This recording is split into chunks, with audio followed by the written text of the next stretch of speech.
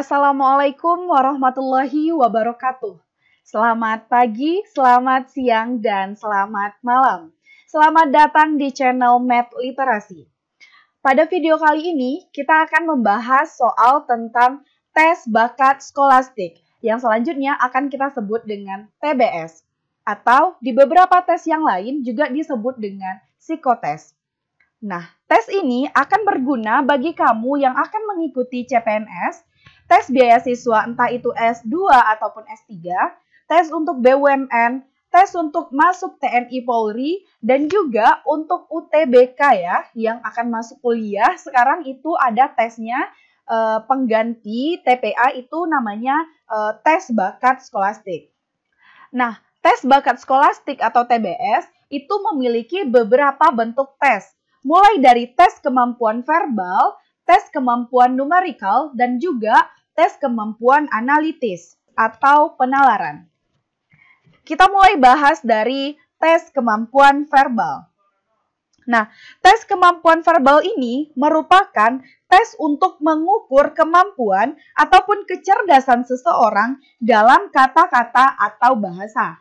Tes ini juga terdiri dari beberapa bentuk, mulai dari soal sinonim, soal antonim, dan juga soal analogi. Nah, 3 soal ini adalah soal yang paling sering keluar di berbagai tes skolastik ataupun psikotes. Namun di beberapa tes yang lain juga ada tambahannya, yaitu paket soal pengelompokan kata dan soal tentang pemahaman wacana.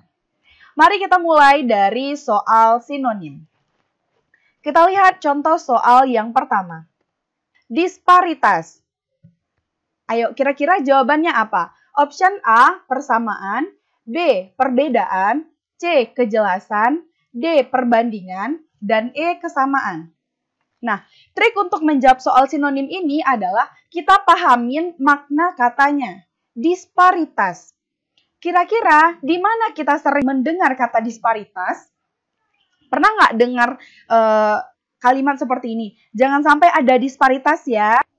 Nah, dari kalimat itu bisa kita maknai bahwa disparitas itu bisa ketimpangan, bisa perbedaan, bisa pertikaian. Nah, maka jawabannya adalah B, perbedaan. Jadi jangan sampai ada disparitas ya, jangan sampai ada perbedaan antara kita gitu. Kan nggak mungkin kan, jangan sampai ada disparitas ya, disparitas itu persamaan. Berarti nggak mungkin ya. Maka jawabannya sinonim dari disparitas itu adalah perbedaan. Paham ya? Oke, coba kita lanjutkan soal yang kedua. Evokasi. Evokasi ini sering kita dengar di istilah puisi. Contoh kalimatnya seperti ini. Kayaknya puisi yang dibaca ini tuh kurang deh daya evokasinya gitu. Daya evokasinya kurang gitu. Jadi apanya yang kurang? Rasanya ya. Evokasi itu lebih berhubungan kepada rasa. Sehingga di sini kalau kita lihat optionnya, evokasi itu lebih cocok jawabannya ke D. Penggugah rasa. Bahwa evokasi itu adalah daya untuk penggugah rasa. Evokasinya kurang nih, rasanya itu kurang. Kayak gitu ya. Oke, coba kita lanjutkan soal yang ketiga. Imbas. Nah, ini kata-kata yang udah sering kita dengar ya. Awas lo kena imbasnya gitu. Sering ya kita dengar kata imbas. Nah, imbas itu sinonimnya apa? A, kesalahan, B, hasil, C, sebab, D, akibat, E, masalah. Nah, di sini jawaban yang paling cocok untuk imbas itu adalah akibat. Oke, lanjut soal yang keempat. Paripurna. Paripurna itu apa? Sering nggak sih dengar anggota DPR sedang melakukan sidang paripurna? Kenapa disebut sidang paripurna? Kira-kira paripurna itu apa? Apa bedanya dengan yang lain gitu kan? Jadi kita lihat aja nih di sini kemungkinannya. Anggap misalnya kita nggak tahu paripurna itu apa. Kita lihat option A, hasil sidang. Nggak mungkin ya, sedang melakukan sidang paripurna atau rapat paripurna gitu. Nggak mungkin kan paripurna itu artinya hasil sidang. Terus misalnya lengkap, adalah ya kemungkinan kemungkinan rapat itu rapat lengkap yang dihadiri lengkap gitu ya. Terus rapat besar, ada juga kemungkinannya. Ini jabatan penting, nggak mungkin ya. Yang E tidak sempurna. Berarti kemungkinan jawabannya antara B dan C. Nah, kalau rapat DPR itu kan umumnya rapat-rapat besar juga gitu kan. Berarti yang paling mendekati itu adalah lengkap. Nah, kalau kita cari sebenarnya memang jawabannya lengkap ya. Paripurna itu artinya kalau misalnya rapat paripurna berarti rapatnya itu dihadirin oleh seluruh anggota organisasi tertentu gitu.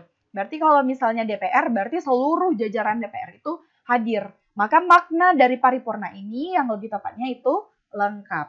Oke? Bisa dipahamin ya? Lanjut soal yang kelima. Pilot. Nah, ini juga udah sering ya kita dengar kalau misalnya kita nonton film sering gitu ya. Nonton film di berita perusahaannya udah pilot gitu ya. Jadi pilot itu artinya dia udah bangkrut. Jadi pilot itu artinya udah bangkrut. Lanjut soal yang keenam. Abstrak. Nah, kayak ini sering juga terdengarnya abstrak. Bukan abstrak di penelitian ya, kan kalau misalnya kita penelitian ada juga tuh disuruh bikin abstrak ya, bukan yang itu, tapi kayak kata abstrak. Misalnya dia tuh suka tuh tipe-tipe yang abstrak, kayak lukisan-lukisan abstrak, atau misalnya apa ya, matematika itu ilmu yang abstrak. Nah, apa itu abstrak kira-kira gitu? Mungkin nggak jawabannya berwujud. Ini mirip nih ya, berwujud, jelas. Ini sama-sama nih, berwujud, jelas. Terus niskala, mirip, menyerupai. Nah, anggaplah misalnya kita pahamnya abstrak itu adalah tidak berwujud gitu ya. Kalau misalnya abstrak itu berarti kan tidak berwujud, tidak berbentuk. Berarti kan jawabannya tidak berwujud gitu ya. Ini berwujud, berarti ini salah. Terus ini jelas, mirip ya, berwujud dengan jelas itu kan mirip tuh, berarti dia salah juga. Terus niskala kita nggak tahu apa itu niskala. Misalnya nih kita nggak tahu. Kita skip dulu. Masuk ke option D, mirip, abstrak mirip nggak mungkin, salah berarti ya. Terus abstrak menyerupai, udah jelas nggak ya? Abstrak itu kan tadi maknanya adalah tidak berwujud atau tidak berbentuk, maka ini juga salah. Otomatis jawabannya adalah C, niskala. Jadi gitu teman-teman, misalkan pun kita udah tahu nih jawabannya, tapi kita nggak ngerti lagi istilah di option ini, kita boleh pakai sistem eliminasi gini. Kira-kira yang A benar apa enggak ya? Oh salah. Yang B gimana? Benar apa salah ya? Oh salah gitu. Boleh seperti itu. Pakai sistem eliminasi namanya. Kita eliminasi setiap option. Sehingga tinggal satu jawaban. Pastilah ini yang benar ya. Tapi kalau misalnya teman-teman udah paham makna niskala, bahwa niskala itu artinya tidak berwujud atau tidak berbentuk, maka teman-teman kan bisa langsung jawab ini gitu ya. Ini alternatif lain. Oke? Masih semangat? Para pejuang masa depan, asik, pejuang masa depan ya. Lanjut soal nomor 7. Etimologi. Nah, ini juga kata yang sering kita dengar. Menurut etimologi, secara etimologi, kata ini bermakna gitu ya. Pasti sering ini berhubungan dengan kata. Coba kita lihat, mana yang berhubungan dengan kata? Majas, nggak mungkin ya. Ilmu yang mempelajari tentang benda mati. Berarti lebih masuknya ke IPA ya. Terus kalau ilmu tentang kalimat, nah ini kayaknya yang mungkin ya. Ini ada kemungkinan. Terus kalimat aja enggak ya? Enggak jelas ya. Etimologi, kalimat enggak masuk. Tapi ini ilmu tentang asal-usul kata. Nah, mana yang lebih memungkinkan jawaban antara C dengan E? Jawabannya lebih tepat yang E ya. Karena etimologi itu sering berhubungan dengan kata. Berarti etimologi itu adalah ilmu yang mempelajari tentang asal-usul kata. Oke, gitulah kira-kira cara menjawab soal sinonim ya. Kita lihat lagi soal yang ke-8. Fragmen. Dalam konteks karya seni sering kita dengar, ini fragmennya kayak gitu-gitu ya. Itu fragmen itu kan artinya bagian-bagian ya. Bagian dari sebuah cerita atau petikan gitu. Nah, mana jawabannya yang mendekati? A. Cuplikan, B. Keseluruhan, C. Kisah, D. Drama, E. Bagian dari opera. Nah, lebih tepat jawabannya adalah A. Cuplikan. Jadi, fragmen itu artinya cuplikan atau petikan dari sebuah cerita. Lanjut. Soal yang ke-9, gencatan. Ini sering didengar di saat perang ya. Nah, jadi, gencatan itu, kalau gencatan aja kira-kira maknanya dekat apa? Apakah perang dingin, penghentian, perdamaian, kelanjutan, atau perang dunia? Kalau gencatan senjata berarti kira-kira mereka tuh nggak boleh tembak menembak lagi gitu ya. Untuk sementara mereka tuh nggak boleh ada perang dulu. Berarti kalau nggak boleh dulu, maka jawabannya yang benar adalah B ya. Penghentian. Oke. Lanjut soal yang ke-10. Lekang. Nah, lekang ini juga sering Di Minang ada sih, nggak lekang karena panas gitu ya, nggak lekang. Lekang itu bisa kita maknain dengan nggak terbelah, nggak lepas, nggak tercerai gitu. Apa kira-kira ya? Retak. Jawaban yang mendekati itu adalah retak. Bukan abadi, kekal, bukan menyatu, bukan rusak, bukan. Maka sinonimnya lekang itu adalah retak. Jawabannya C.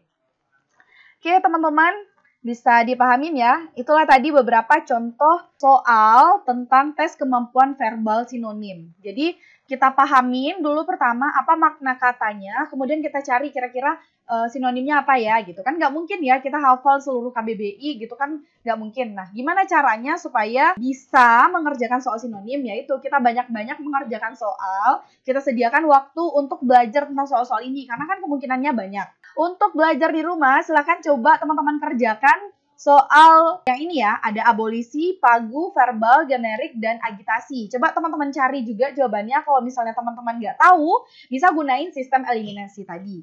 Semoga video kali ini bermanfaat bagi teman-teman, dan silahkan share ke teman-teman yang lain yang membutuhkan. Jangan lupa like, comment, subscribe, and share. Komen di kolom komentar teman-teman butuh video apa lagi ya, kita akan upload sesegeranya. Terima kasih untuk selalu menonton video kami. Kami tutup dengan Assalamualaikum warahmatullahi wabarakatuh. Sampai jumpa.